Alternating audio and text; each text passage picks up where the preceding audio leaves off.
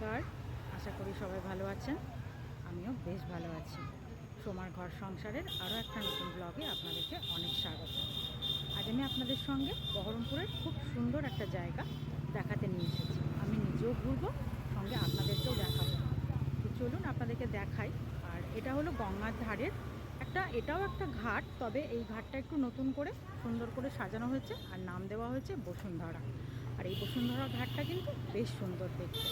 এখানে সবাই ঘুরতেও আসে বা এরকম আমাদের মতন ছবি তুলতে, বেড়াতে, সব কিছুর জন্যই আসে। তো চলুন আমি যখন নিজে একটু ঘুরবো, সঙ্গে আপনাদেরকেও একটু দেখিয়ে দিই। আশা করি আপনাদের বেশ ভালো লাগবে। চলুন যাওয়া যাক। তো এই হলো বসুন্ধরার এন্ট্রান্সটা। এই যে সুন্দর করে বসুন্ধরা লেখাটা আছে। চলুন এবার ভেতরে যাই। ভেতরে এইখান থেকে এই যে গেটটা করা আছে, এদিক থেকে ভেতরে যাব। প্রথমে এখান থেকে ঢুকেই এখানে জুতো ছাড়তে হবে, যেহেতু ভেতরে একটু মায়ের মন্দির আছে। তো জুতোটা ছেড়ে নিয়ে তারপর আস্তে আস্তে ভেতরের দিকে যাব। এখানে মায়ের মন্দির বলতে আমাদের এখানে মন্দির আছে রামকৃষ্ণদেব ও সারদা মায়ের। এখানে কত সুন্দর করে দুজনার মূর্তি স্থাপন করা হয়েছে। মূর্তি দুটো কিন্তু অসাধারণ সুন্দর। আর যে ছোট্ট ঘরটার মধ্যে মূর্তি দুটো স্থাপন করা হয়েছে, সেই ঘরটাও দেখুন কি সুন্দর দেখতে। এই দেখুন দুর্দান্ত সুন্দর ঘরটা, তার মধ্যে রামকৃষ্ণদেব ও সারদা মা সুন্দর বসে আছেন। এরপর এই পাশ দিয়ে চলে গেলে ওই যে পাশে বইছে গঙ্গা। আর মাথার উপরে একটা সুন্দর হালকা টিনের সেট করে দেওয়া আছে। আর এই পাশ দিয়ে গঙ্গা বয়ে গেছে। তো এইখানে অনেকজন ছেলেমেয়েরা ওই যে দেখছেন ছবি তুলছে, একটু সময় কাটাচ্ছে, এরকমের জন্য অনেকেই আসে। আমরাও একটু ওই জন্য ঘুরতে এলাম। বেশ ভালো লাগে। আর ওয়েদারটা এত সুন্দর আর এত ভালো লাগে এখানটায়। দেখুন পাশ থেকে গঙ্গা বইছে, এখানে দাঁড়ালে যেন মনে হয় সময় কেটে যায়। অসাধারণ সুন্দর একটা দৃশ্য। দারুণ লাগছে এখানে দাঁড়িয়ে গঙ্গা দেখতে। তো আমার তো ভীষণ ভালো লেগেছে জায়গাটা। যদিও আমি এর আগেও গেছি, তবে এবার ভাবলাম যখন যাচ্ছি আপনাদের সঙ্গে একটু এত সুন্দর জায়গাটা অবশ্যই শেয়ার করি। তারপর ওদিক থেকে এই পাশে চলে যাব। এই পাশে গেলে এই পাশেও ওই টিনের শেডের নিচে এখানটা একটা ছোট্ট চায়ের মানে ক্যাফে মতন করা আছে। আর এই পাশে ভেতরে একটু মায়ের মন্দির আছে। তারপর এখানে ওপরের যে টিনের শেডটা আছে, ওটা দেখুন কি সুন্দর ছোট ছোট গাছ, লাইট দিয়ে সাজানো, সঙ্গে ফ্যানও আছে।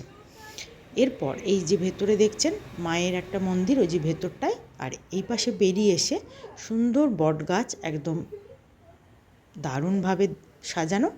আর এই পাশে এই যে যেখানে মা সারদা মা আর রামকৃষ্ণদেবের মূর্তি দুটো আছে, তার সামনে দিয়ে এই রকম যে দেখে মনে হচ্ছে ঠিক লাল ওই পোড়ামাটির যে মন্দিরগুলো হয় বাঁকুড়া বিষ্ণুপুরের দিকে, ঠিক ওই রকম মন্দিরের রঙটা। আর কারুকার্যগুলো কিন্তু ঠিক ওই রকম পোড়ামাটির মন্দিরে যেমন কারুকার্য থাকে, ঠিক সেই রকমভাবেই করা হয়েছে। খুব ভালো লাগছে দেখতে। দুপাশে দুটো এরকম রাজহাঁসের মূর্তিও রয়েছে। আর দেখতে দেখুন কি অসাধারণ। আর ঠিক এই সময় মানে বিকেলের সূর্যটা ডুবছিল, সেই মুহূর্তে আমি গেছিলাম, আরও সুন্দর লাগছিল দেখতে। আর বটগাছটাও কিন্তু বেশ সুন্দর বড় হয়েছে। আর বটগাছের ছায়ায় ওখানে বেশ সুন্দর লাগছিল বসতে। আর এই পাশ থেকে এখানে একটা ঘর মতন রয়েছে, জানি না ঠিক ভেতরে ওটা কি আছে। এই পাশটাও ঠিক এইভাবে ঘেরা, ঘন্টা আছে ঝোলানো। আর এই পাশে বটগাছের নিচে দুটো সুন্দর করে চেয়ার সাজানো আছে। তো এই চেয়ারগুলোতে কিন্তু বসে অনেকক্ষণ সময় কাটানো যায়। পেছনে দেখুন ছোট ছোট বাঁশ গাছও কিন্তু আছে। মানে যতটা সুন্দর করে সাজানো যায় জায়গাটা, ঠিক সেইভাবেই কিন্তু সাজানো হয়েছে। বটগাছটা থেকে কত ঝুড়ি নেমেছে দেখুন।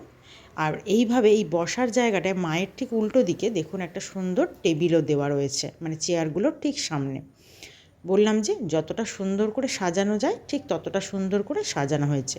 আর বসতে কিন্তু এখানটায় বেশ ভালো লাগে। এবার এখান থেকে মায়ের মন্দিরে প্রণাম করে এবার আমি একটু বাইরের দিকে যাই। বাইরেটা এই এই গেটটা থেকে বাইরে বেরোলে এই ওপাশে দেখছেন রাস্তা আছে। আর এই পাশে বেরিয়ে ঠিক একদম সামনেই আছে এখানে আরও একটা বট গাছ আছে, তার নিচে একটা ছোট্ট শিবলিঙ্গ আছে।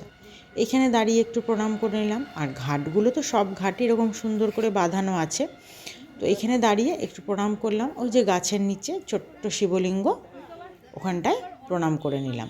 তারপর এদিক থেকে গিয়ে এই পাশে ঘাটের ধার বরাবর এই যে সুন্দর একটা শেড এখানেও করা হয়নি, এখানটা বোধহয় কোনো কাজে হবে এখনও এরপর।